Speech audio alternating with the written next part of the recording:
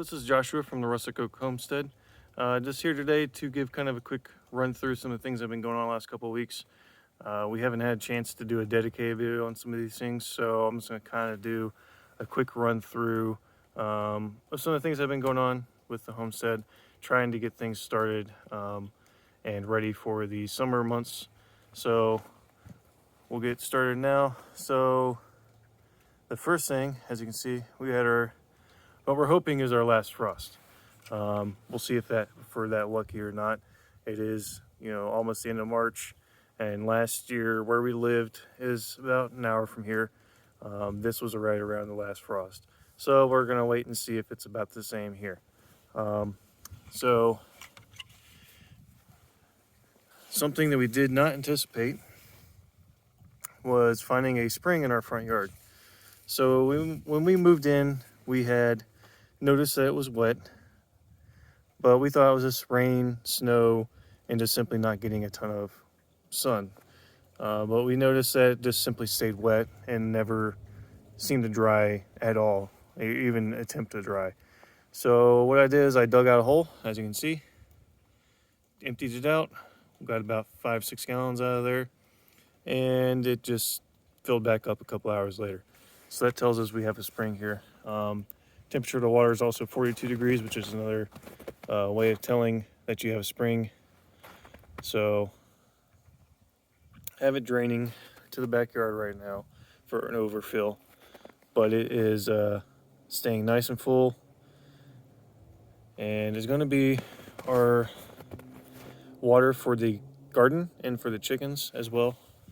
And what we're hoping is to use it for that, because our outdoor faucets are treated by the softener, our water softener, for some reason. They didn't really think that through when they built the house, I guess. Not sure why they did that, because it's a horrible idea, because you end up with salt in your water and you end up either killing the grass that you're trying to water, or the vegetable garden, whatever you're trying to use it for. Or if you're trying to use it just simply to like wash your car, you're gonna have salt residue all over your car. So didn't really think that through, apparently. So we're hoping that this will save me some plumbing, because I hate plumbing. So next thing, we have a little compost bin that we built out of pallets that we got from Azure Standard. If you've never heard of Azure Standard, check them out at azurestandard.com. That is where we get bulk items, bulk foods, and organic foods. They essentially are kind of like a 1 month thing. They deliver, and you have to go pick it up at a designated drop in your area. But that's where we got these pallets from, and they're free. So this didn't cost me anything more than what I needed for the brackets, which is what I used to put these together. Just a couple screws, very simple, very easy way to get yourself a compost bin. So we have 2 bins here. So we'd fill one, and then the next year fill the next, and by then we should have some compost over here. Didn't quite think of was that we're actually gonna have chickens, so we're not gonna use the compost bins. What we're gonna do is use the compost from the chickens, and we're gonna let them build our compost for us.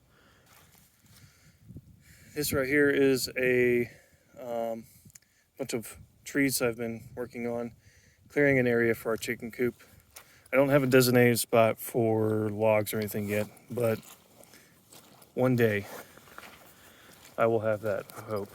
So we're just gonna walk down, turn it back around here, walk down this tractor path I have here.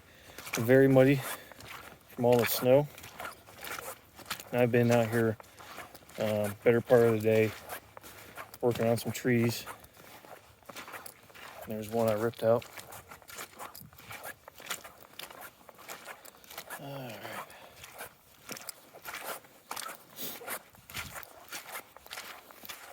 So this is where we're going to have our our chicken coop.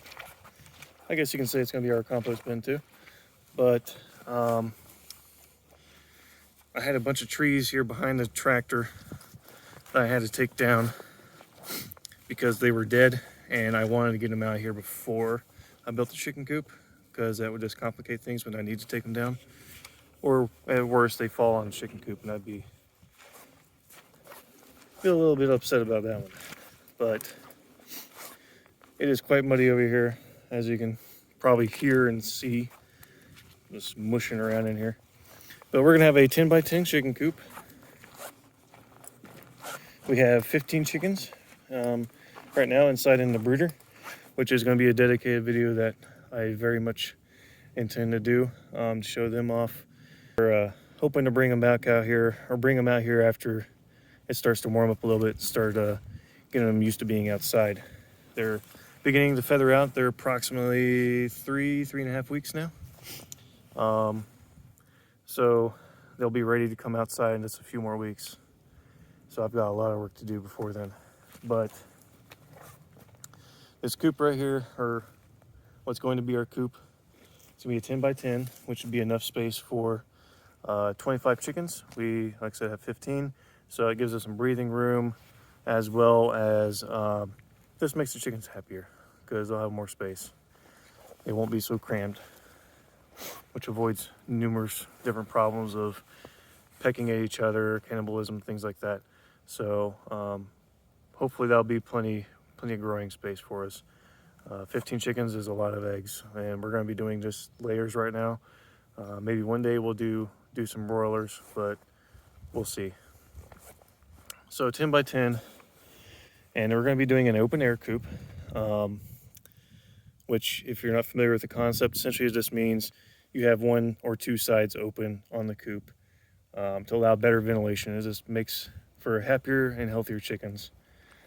So I was going to put it kind of where I'm standing, but with an open air coop, you need to have it turned so that the wind isn't blowing into the coop, which our prevailing winds generally come from the northwest, and the way that the coop would need to face to avoid as much wind as possible be east, which is the direction you're facing now. If I put it right here, as you can see, I have a bunch of trees and stuff in the way, and it would not be easy to get to, because generally, at least the way I'm gonna build it, I want to have the door and all that stuff on the side where the open side is, which would be covered in hardware cloth. So not really a good spot. So I decided to move it to the left a little bit, which is kind of where this tractor is. I have one tree I want to rip out, which will allow me to move it back further and just give me more space in the front, so that way I can have it facing to the east and have plenty of room to walk in front and stuff. So all these trees were, like I said, dead, and it's just simply something I need to take care of before I build a coop. I got all the materials, or at least most of them. Of course, supply shortages have made it really difficult, but and costly, not to mention. Not exactly the greatest time to be starting homesteading, but better late than never, I'd say.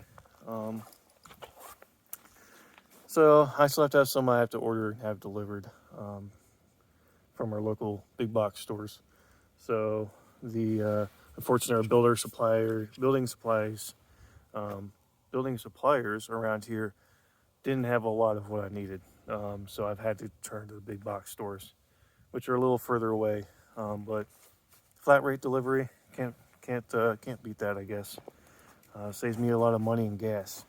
So but yeah, 10 by 10 coop. I'm kind of flying by the seat of my pants as far as design and stuff, but I do have to figure that out because I have to get permits and all that fun stuff. So because it is a large coop, so gotta look into that. But just wanted to kind of give a quick what's been going on. We've had a lot, been real busy with working full time, trying to do all this stuff. It's challenging. So weekends are my time to really focus on things. And unfortunately, it doesn't always leave time to do things like video editing. So I like to do these kind of, one shot goes type things. That way it's quick and easy. But that's what we've been going on.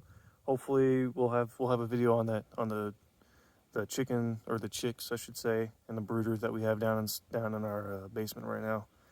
Kind of have that hopefully this next weekend, for sure. So hope everybody tries to stay warm, get ready for spring. I know I'm ready for spring. So hopefully see you guys around soon, and don't forget to like and subscribe if you have not. That always definitely helps. So see you guys soon.